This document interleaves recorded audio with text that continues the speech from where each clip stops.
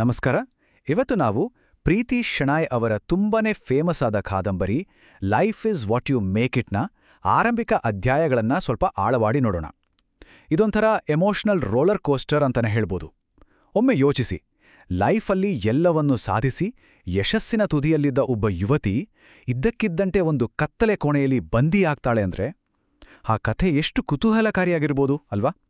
ಇದು ಬರೀ ಒಂದು ಕಥೆಯಲ್ಲ, ನಮ್ಮ ಮನುಷ್ಯನ ಮನಸ್ಸು ಎಷ್ಟು ಸಂಕೀರ್ಣವಾಗಿದೆ ಅನ್ನೋದನ್ನ ಬಿಚ್ಚಿಡುವ ಒಂದು ಅದ್ಭುತ ವಿಶ್ಲೇಷಣೆ. ಈ ಪುಸ್ತಕದ ಕವರ್ ನೋಡಿದ್ರೆ ಏನೋ ಒಂದು ಭರವಸೆ, ಹೊಸ ಉತ್ಸಾಹ ತುಂಬಿರೋ ಥರ ಕಾಣಿಸುತ್ತೆ. ಆದ್ರೆ ಕಥೆ ಶುರುವಾಗೋದೇ ಒಂದು ಆಘಾತಕಾರಿ ಸನ್ನಿವೇಶದಿಂದ. ಮೊದಲನೇ ಪುಟ ಓದ್ತಿದ್ದಂಗೆನೆ ನಾವು ನೇರವಾಗಿ ಒಂದು ಭಯಾನಕ ರಿಯಾಲಿಟಿಗೆ ಎಂಟ್ರಿ ಕೊಡ್ತೀವಿ. ಎಂಥ ರಿಯಾಲಿಟಿ ಅಂದ್ರೆ ಅಲ್ಲಿ ಭರವಸೆ ಅನ್ನೋ ಪದಕ್ಕೆ ಜಾಗನೇ ಇಲ್ಲ. ನನಗೆ ಯಾವುದರ ಬಗ್ಗೆಯೂ ಕಾಳಜಿ ಇಲ್ಲ, ಇದೆಲ್ಲವೂ ಅಂತ್ಯಗೊಳ್ಳಬೇಕು. ಜಸ್ಟ್ ಇಮ್ಯಾಜಿನ್ ಮಾಡಿ, ಇದು ಕೇವಲ 21 ವರ್ಷದ ಅಂಕಿತಾಳ ಮನಸ್ಥಿತಿ. ಬೆಂಗಳೂರಿನ ನ್ಯಾಷನಲ್ ಮೆಂಟಲ್ ಹೆಲ್ತ್ ಇನ್ಸ್ಟಿಟ್ಯೂಟ್ನ ಆ ಕಾಯುವಿಕೆ ಕೊಠಡಿಯಲ್ಲಿ ಅವಳು ಕಲ್ಲಾಗಿದ್ದಾಳೆ. ಮುಖದಲ್ಲಿ ಒಂಚೂರು ಭಾವನೆಗಳಿಲ್ಲ.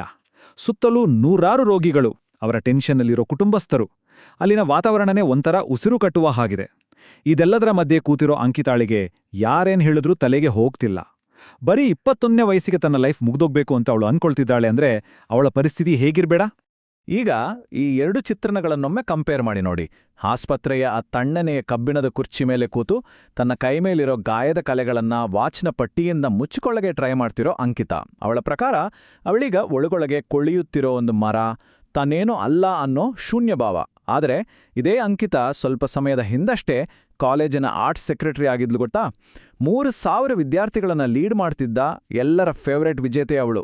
ಆ ಲೆವೆಲ್ಲಿಂದ ಈ ಶೂನ್ಯ ಸ್ಥಿತಿಗೆ ಅವಳು ಹೇಗೆ ಬಿದ್ಲು ಅನ್ನೋದೇ ನಮ್ಮ ಇಂದಿನ ವಿಶ್ಲೇಷಣೆಯ ಪ್ರಮುಖ ತಿರುಳು. ಸರಿ, ಈಗ ರೋಮಾಂಚಕ ಹಿಂದಿನ ದಿನಗಳು ಮತ್ತು ಇಂಟರ್ನೆಟ್ ಪೂರ್ವ ಪ್ರೇಮ ಅನ್ನೋ ಭಾಗದತ್ತ ಗಮನ ಹರಿಸೋಣ. ಅಂಕಿತಾಳ ಈ ಡಿಪ್ರೆಸ್ಸಿಂಗ್ ಪ್ರೆಸೆಂಟಿಂದ ಸ್ವಲ್ಪ ಬ್ರೇಕ್ ತಗೊಂಡು ಅವಳ ಕಲರ್ಫುಲ್ ಪಾಸ್ಟ್ ಕಡೆ ಹೋಗೋಣ. 1990s ದಶಕದ ಸೇಂಟ್ ಆಗ್ನೆಸ್ ಕಾಲೇಜ್. ಹೆಣ್ಮಕ್ಕಳೇ ಇದ್ದ ಆ ಸುಂದರ ಕ್ಯಾಂಪಸ್. ಇವತ್ತಿನ ಕಾಲದಲ್ಲಿ ವಾಟ್ಸ್ಆ್ಯಪ್ನಲ್ಲಿ ಒಂದು ಮೆಸೇಜ್ ಕಳಿಸೋದು ಎಷ್ಟು ಈಸಿ ಅಲ್ವಾ? ಆದರೆ ಆ ಇಂಟರ್ನೆಟ್ ಇಲ್ಲದ ಕಾಲದಲ್ಲಿ ಕಮ್ಯುನಿಕೇಟ್ ಮಾಡೋದೇ ಒಂದು ದೊಡ್ಡ ಟಾಸ್ಕ್ ಆಗಿತ್ತು. ಅಂಕಿತಾ ಮತ್ತೆ ವೈಭವ್ ಅವರ ಲವ್ ಸ್ಟೋರಿ ಅರಳಿದ್ದೇ ಅಲ್ಲಿ. ಪೇಜ್ಗಟ್ಲೆ ಕೈ ಬರಹದ ಪತ್ರಗಳನ್ನು ಬರೆಯೋದು, ಪೋಸ್ಟ್ಮ್ಯಾನ್ ಬರೋ ದಾರಿ ಕಾಯೋದು, ಒಂದೇ ಒಂದು ಫೋನ್ ಕಾಲ್ ಮಾಡೋಕ್ಕೆ ವಾರಗಟ್ಲೆ ಕಾಯೋದು. ನಿಜವಾಗ್ಲೂ ಆ ಎಫರ್ಟ್ಸ್ ಅವರ ಸಂಬಂಧನ ಮತ್ತಷ್ಟು ಸ್ಟ್ರಾಂಗ್ ಮಾಡಿತ್ತು. ಇನ್ನು ಈ operation mission phone call story ಅಂತೂ ಸಖತ್ ಮಜಾ ಆಗಿದೆ. ಕೇವಲ 1-4 ನಿಮಿಷ ಮಾತಾಡೋಕೆ ಯಾವುದೋ ಮಿಲಿಟರಿ ಆಪರೇಷನ್ ಥರ ಪ್ಲಾನ್ ಮಾಡಬೇಕಿತ್ತು. ಅಂಕಿತಾಳ 18ನೇ ಹುಟ್ಟುಹಬ್ಬದ ದಿನ ಬೆಳ್ಳಂಬೆಳಗ್ಗೆ 5:45ಕ್ಕೆ ವೈಭವ್ ಕಾಲ್ ಮಾಡ್ತಾನೆ. ಅಷ್ಟೇ ಅಲ್ಲ, ಆ ಕರೆಯಲ್ಲಿ ಅವನು ಜೆಫರ್ಸನ್ ಸ್ಟಾರ್ಶಿಪ್ ಬ್ಯಾಂಡ್ನ ಹಾಡನ್ನು ತನ್ನ ಟೇಪ್ ರೆಕಾರ್ಡರಿಂದ ಫೋನ್ ರಿಸೀವರ್ ಹತ್ರ ಇಟ್ಟು ಪ್ಲೇ ಮಾಡ್ತಾನೆ. ಆ ದೆಹಲಿಯ ಚಳಿಯಲ್ಲಿ ಮುಂಜಾನೆ ಎದ್ದು ಟೆಲಿಫೋನ್ ಬೂತ್ ಆಪರೇಟರ್ನ ಎಬ್ಬಿಸಿ ಕರೆಕ್ಟಾಗಿ ಹಾಡನ್ನು ರಿವೈಂಡ್ ಮಾಡಿ ಪ್ಲೇ ಮಾಡೋ ಅವನ ಡೆಡಿಕೇಶನು ಆ ಕಾಲದ ಪ್ರೀತಿಯ ಮುಗ್ಧತೆಯನ್ನು ಎತ್ತಿ ತೋರಿಸುತ್ತೆ. ಇತ್ತ ಕಡೆ ಅಂಕಿತಾ ತನ್ನ ಪೇರೆಂಟ್ಸ್ ವಾಕಿಂಗಿಂದ ಬರೋ ಮುಂಚೆ, ತಮ್ಮ ಎದ್ದೇಳೋ ಮುಂಚೆ ಕದ್ದು ಮುಚ್ಚಿ ಫೋನ್ ರಿಸೀವ್ ಮಾಡೋ ಆ ಸಾಹಸ ಇದೆಯಲ್ಲ, ಅದಂತೂ ಅದ್ಭುತ. ಮುಂದೆ ನಾವು ಕಾಲೇಜು ಜೀವನ ಮತ್ತು ಚುನಾವಣೆಗಳು ಸೆಕ್ಷನ್ಗೆ ಹೋಗೋಣ. ಈ ಕ್ಯೂಟ್ ಲವ್ ಸ್ಟೋರಿಯಿಂದ ನಾವು ನೇರವಾಗಿ ಅಂಕಿತಾಳ ಕಾಲೇಜ್ ಲೈಫ್ನ ರಶ್ಗೆ ಎಂಟ್ರಿ ಕೊಡೋಣ. ಹುಡುಗೆರೆ ತುಂಬಿದ್ದ ಆ ಕ್ಯಾಂಪಸ್ನಲ್ಲಿ ಅಂಕಿತಾಳಿಗೆ ಒಂಥರ ಹೊಸ ಎನರ್ಜಿ ಸಿಗುತ್ತೆ. ಕಾಲೇಜ್ ಎಲೆಕ್ಷನ್ ಟೈಮ್ ಬಂದಾಗ ಫ್ರೆಂಡ್ಸ್ ಎಲ್ಲ ಸೇರಿ ಅನಿರೀಕ್ಷಿತವಾಗಿ ಅವಳನ್ನ ಆರ್ಟ್ಸ್ ಕ್ಲಬ್ ಸೆಕ್ರೆಟರಿ ಪೋಸ್ಟ್ಗೆ ನಿಲ್ಲಿಸ್ತಾರೆ. ಅಲ್ಲಿಂದ ಶುರುವಾಗುತ್ತೆ ನೋಡಿ ಅಸ್ಲಿ ಹಂಗಾಮ. ಡ್ರಮ್ಸ್, ಕಹಳೆ ಬಾರಿಸ್ಕೊಂಡು, ಪೋಸ್ಟರ್ ಹಿಡ್ಕೊಂಡು ಇಡೀ ಕ್ಯಾಂಪಸ್ ತುಂಬಾ ಬಿರುಸಿನ ಪ್ರಚಾರ. ಈ ಎಲೆಕ್ಷನ್ ಕ್ರೇಜ್ನಿಂದಾಗಿ ಅಂಕಿತಾ ಭಾರಿ ಮೆಜಾರಿಟಿಯಲ್ಲಿ ಗೆದ್ಬಿಡ್ತಾಳೆ. 3000 ಸ್ಟೂಡೆಂಟ್ಸ್ ಮುಂದೆ ನಿಂತು ಭಾಷಣ ಮಾಡ್ತಾಳೆ. ಆದರೆ ಇಲ್ಲಿ ನಾವೊಂದು ಸೂಕ್ಷ್ಮ ವಿಚಾರನ ಅಬ್ಸರ್ವ್ ಮಾಡಬೇಕು. ಅವಳಲ್ಲಿದ್ದ ಆ ಓವರ್ ಎಕ್ಸೈಟ್ಮೆಂಟ್, ಆ ಅಗಾಧವಾದ ಶಕ್ತಿ ಇದೆಯಲ್ಲ, ಬಹುಶಃ ಅದೇ ಮುಂದೆ ಅವಳು ಫೇಸ್ ಮಾಡೋ ಮಾನಸಿಕ ಹೋರಾಟಗಳಿಗೆ ಒಂದು ಹಿಡನ್ ವಾರ್ನಿಂಗ್ ಆಗಿತ್ತಾ ಅಂತ ಅನ್ಸುತ್ತೆ. ಈಗ ಸಿಂಫೋನಿ ಫೆಸ್ಟಿವಲ್ ಬಗ್ಗೆ ಮಾತಾಡೋಣ. ಅಂಕಿತಾಳ ಲೀಡರ್ಶಿಪ್ಗೆ ಒಂದು ಅಗ್ನಿ ಪರೀಕ್ಷೆ ಎದುರಾಗೋದು ಇಲ್ಲಿಯೇ. ಕೊಚ್ಚಿನ್ ಯೂನಿವರ್ಸಿಟಿಯಲ್ಲಿ ನಡೆಯೋ ಸಿಂಫೋನಿ ಅನ್ನೋ ದೊಡ್ಡ ಕಲ್ಚರಲ್ ಫೆಸ್ಟ್ನಲ್ಲಿ ಸೇಂಟ್ ಆಗ್ನೆಸ್ ಕಾಲೇಜ್ ಟೀಮ್ನ ಲೀಡ್ ಮಾಡೋ ಜವಾಬ್ದಾರಿ ಅವಳ ಹೆಗಲ ಮೇಲಿರುತ್ತೆ. ಆದರೆ ಸ್ಪರ್ಧೆಯ ಮೊದಲನೇ ದಿನವೇ ಒಂದು ದೊಡ್ಡ ಶಾಕ್ ಕಾದಿರುತ್ತೆ. ಇಂಗ್ಲಿಷ್ ಭಾಷಣ ಸ್ಪರ್ಧೆಯಲ್ಲಿ ಭಾಗವಹಿಸಬೇಕಿದ್ದ ಮೇನ್ ಕಂಟೆಸ್ಟೆಂಟ್ಸ್ ಬಂದಿರೋದಿಲ್ಲ. ಟೀಮ್ ಪಾಯಿಂಟ್ಸ್ ಉಳಿಸ್ಕೊಳ್ಳೋಕ್ಕೆ ಅಂಕಿತಾ ತಾನೇ ಯಾವುದೇ ಪ್ರಿಪರೇಷನ್ ಇಲ್ಲದೆ ಸ್ಟೇಜ್ ಹತ್ತಬೇಕಾಗತ್ತೆ. ಆ ಸ್ಪೀಚ್ ಟಾಪಿಕ್ ಬಂದ್ಬಿಟ್ಟು ಮಂಡಲ್ ಆಯೋಗದ ವರದಿ ಸಮರ್ಥನೀಯವೇ ಅಂತ. ಸೋರ್ಸ್ ಪ್ರಕಾರ ಆ ವರದಿ ಬಗ್ಗೆ ಅವಳಿಗೆ ಏನೇನೋ ಐಡಿಯಾ ಇರಲಿಲ್ಲ. ಆದರೂ ಆ ಎಮರ್ಜೆನ್ಸಿ ಟೈಮ್ನಲ್ಲಿ ಧೈರ್ಯ ತಂದುಕೊಂಡು ನಿರರ್ಗಳವಾಗಿ ಮಾತಾಡ್ತಾಳೆ. ಆಕೆಯಲ್ಲಿದ್ದ ಲೀಡರ್ಶಿಪ್ ಕ್ವಾಲಿಟಿ ಅಂದರೆ ಅದೇ ನೋಡಿ. ಹೀಗೆ ಪ್ರತಿ ಪಾಯಿಂಟ್ಗೂ ಜೀವ ಪಣಕ್ಕಿಟ್ಟು ಹೋರಾಡದ ಆ ಟೀಮ್ ಫೈನಲಿ ಬರೀ 10 ಅಂಕಗಳ ಅತಿ ಸಣ್ಣ ಮಾರ್ಜಿನ್ನಲ್ಲಿ ಓವರಾಲ್ ಚಾಂಪಿಯನ್ಶಿಪ್ ಎತ್ತಿ ಹಿಡಿಯುತ್ತೆ. ಈ ವಿಕ್ಟರಿ ಅಂಕಿತಾಳ ಕಾಲೇಜ್ ಲೈಫ್ನ ಅತಿ ದೊಡ್ಡ ಮೈಲಿಗಲ್ಲು. ಎಲ್ಲರೂ ಆ ಗೆಲುವಿನ ಸಂಭ್ರಮದಲ್ಲಿ ತೇಲಾಡ್ತಿರ್ತಾರೆ.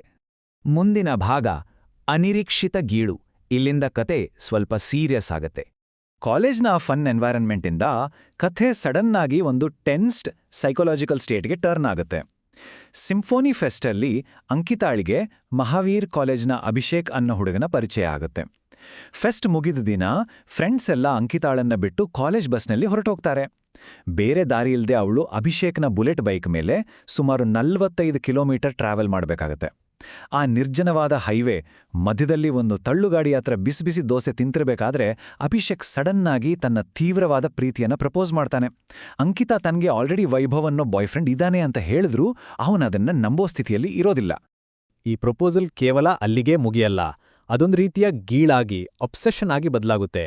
ನೆಕ್ಸ್ಟ್ ಡೇ ಅಂಕಿತಾ ಮರೆತು ಬಂದಿದ್ದ ಅವಳ ಲೆದರ್ ಡೈರಿ ಒಳಗಡೆ ಅಭಿಷೇಕ ಒಂದು ಲೆಟರ್ ಇಟ್ಟು ಕಳಿಸ್ತಾನೆ. ಆ ಲೆಟರ್ನ ಡೀಟೇಲ್ಸ್ ಕೇಳಿದ್ರೇನೆ ಮೈ ಜುಮ್ಮನುತ್ತೆ. ಕೈಯಿಂದ ಮಾಡಿದ ಸ್ಪೆಷಲ್ ಪೇಪರ್ನಲ್ಲಿ ಬರೆದಿದ್ದ ಆ ಪತ್ರದಲ್ಲಿ ಅವಳು ಹಾಕಿದ್ದ ಬಿಳಿ ಹೈ ಹೀಲ್ಸಿಂದ ಹಿಡಿದು ಅವಳ ಬಟ್ಟೆ ಡಿಸೈನ್ವರೆಗೂ ಪ್ರತಿಯೊಂದನ್ನು ಸೂಕ್ಷ್ಮವಾಗಿ ವರ್ಣಿಸಲಾಗಿತ್ತು. ಅದರ ಜೊತೆಗೆ ತನ್ನದೇ ಫೋಟೋ ಕಟ್ ಮಾಡಿ ಅಂಟಿಸಿ ತನ್ನ ಮನೆಗೆ ಬರೋ ದಾರಿಯ ಮ್ಯಾಪ್ ಕೂಡ ಬರೆದಿದ್ದ. ಇದನ್ನೋಡಿದ್ರೆ ಪ್ರೀತಿ ಅನ್ನೋದಕ್ಕಿಂತ ಇದೊಂದು ರೀತಿಯ ಅತಿರೇಕದ ಬಿಹೇವಿಯರ್ ಅಂತ ಯಾರಿಗಾದ್ರೂ ಅನ್ಸುತ್ತೆ. ಆ ಲೆಟರ್ನ ಕೊನೆ ಪೇಜ್ ನೋಡಿದಾಗಂತೂ ಅಂಕಿತಾ ಅಕ್ಷರಶಃ ಬೆಚ್ಚಿಬೀಳ್ತಾಳೆ. ಅಲ್ಲಿ ಐ ಲವ್ ಯು ಅಂತ 2 ಇಂಚ್ ಎತ್ತರದ ದೊಡ್ಡ ದೊಡ್ಡ ಅಕ್ಷರಗಳಲ್ಲಿ ಬರೆಯಲಾಗಿತ್ತು. ಶಾಕಿಂಗ್ ವಿಚಾರ ಏನಪ್ಪ ಅಂದ್ರೆ ಆ ಅಕ್ಷರಗಳನ್ನ ಬರೆಯೋಕೆ ಅವನು ಯೂಸ್ ಮಾಡಿದ್ದು ತನ್ನದೇ ರಕ್ತ. ಈ ಒಂದು ಹುಚ್ಚುತನದ ಕೃತ್ಯ ಅಂಕಿತಾಳ ಮೈಂಡನ್ನ ಕಂಪ್ಲೀಟಾಗಿ ಡಿಸ್ಟರ್ಬ್ ಮಾಡುತ್ತೆ. ಅವಳ ಚಾಂಪಿಯನ್ಶಿಪ್ ಗೆಲುವಿನ ಖುಷಿಯೆಲ್ಲ ಮಾಯವಾಗಿ ಒಂದು ಕರಾಳ ಛಾಯೆ ಆವರಿಸಿಕೊಳ್ಳುತ್ತೆ. ಬನ್ನಿ ಈಗ ಕೊನೆಯ ಭಾಗ ನನ್ನ ಆತ್ಮದ ನಾಯಕ ಕಡೆಗೆ ಬರೋಣ. ಇಂಥ 10 ಹಲವು ಕಾಂಪ್ಲೆಕ್ಸ್ ಸಿಚುವೇಷನ್ಗಳು, ಎಕ್ಸ್ಟ್ರೀಮ್ ಇಮೋಷನಲ್ ಏರಿಳಿತಗಳೇ ಅಂಕಿತಾಳನ್ನ ಆ ಕಲರ್ಫುಲ್ ಕಾಲೇಜ್ ಕ್ಯಾಂಪಸ್ಸಿಂದ ಎಳೆತಂದು ಈ ಮೆಂಟಲ್ ಹಾಸ್ಪಿಟಲ್ ರೂಮ್ನಲ್ಲಿ ಕೂರಿಸಿರೋದು. ಇಂತಹ ಟೈಮ್ನಲ್ಲಿ ನನ್ನ ವಿಧಿಗೆ ನಾನೇ ಒಡೆಯ, ನನ್ನ ಆತ್ಮಕ್ಕೆ ನಾನೇ ನಾಯಕ ಅನ್ನೋ ಕವಿತೆಯ ಸಾಲುಗಳೇ ಅವಳಿಗೆ ಆಶಾಕಿರಣ. ಆಸ್ಪತ್ರೆಯ 4 ಗೋಡೆಗಳ ಮಧ್ಯೆ ಫಿಸಿಕಲ್ ಆಗಿ, ಮೆಂಟಲ್ ಆಗಿ ಲಾಕ್ ಆಗಿರೋ ಅಂಕಿತಾ ತನ್ನ ಒಳಗಿರೋ ಆ ವಿನ್ನಿಂಗ್ ಸ್ಪಿರಿಟನ್ನ, ಆ ಕಳೆದು ಹೋಗಿರೋ ಆತ್ಮವಿಶ್ವಾಸವನ್ನ ಮತ್ತೆ ಹುಡುಕಬೇಕಾದ ಅನಿವಾರ್ಯತೆ ಇದೆ. ಆ ಹಳೆಯ ಉತ್ಸಾಹಭರಿತ ಅಂಕಿತಾಳನ್ನ ಅವಳು ಮತ್ತೆ ಎಬ್ಬಿಸಲೇಬೇಕಿದೆ. ಹಾಗಾದ್ರೆ ಫೈನಲಿ ನಮ್ಮ ಮುಂದಿರೋ ಅತಿದೊಡ್ಡ ಪ್ರಶ್ನೆ ಇದು. ನಮ್ಮ ಸ್ವಂತ ಮನಸ್ಸೇ ನಮಗೆ ಜೈಲಾಗಿ ಬದಲಾದಾಗ ಅದರಿಂದ ಹೊರಬಂದು ನಮ್ಮ ಆತ್ಮಕ್ಕೆ ನಾವೇ ನಾಯಕರಾಗಿ ಉಳಿಯೋದು ಹೇಗೆ? ಅಂಕಿತಾ ಈ ಕತ್ತಲೆಯಿಂದ ಆಚೆ ಬಂದು ತನ್ನ ಲೈಫನ್ನ ಮತ್ತೆ ಕಟ್ಕೊಳ್ತಾಳಾ? ಈ ಪ್ರಶ್ನೆಗಳು ನಿಜಕ್ಕೂ ನಮ್ಮನ್ನ ಆಳವಾಗಿ ಯೋಚಿಸುವಂತೆ ಮಾಡ್ತೇವಲ್ವಾ? ಇಲ್ಲಿಗೆ ನಮ್ಮ ಇಂದಿನ ಈ ಸೋರ್ಸ್ ಮೆಟೀರಿಯಲ್ನ ವಿಶ್ಲೇಷಣೆ ಮುಗಿಯುತ್ತೆ. ಈ ಸ್ಲೈಡ್ಗಳ ಮೂಲಕ ನಾವು ಹಂಚಿಕೊಂಡ ಈ ಇಂಟ್ರೆಸ್ಟಿಂಗ್ ಜರ್ನಿ ನಿಮಗೆ ಕನೆಕ್ಟ್ ಆಗಿದೆ ಅಂತ ಭಾವಿಸ್ತೀನಿ. ಯೋಚನೆ ಮಾಡ್ತಾ ಇರಿ. ಮುಂದಿನ ಮತ್ತೊಂದು ಅದ್ಭುತ ವಿಶ್ಲೇಷಣೆಯೊಂದಿಗೆ ಮತ್ತೆ ಭೇಟಿಯಾಗೋಣ. ನಮಸ್ಕಾರ.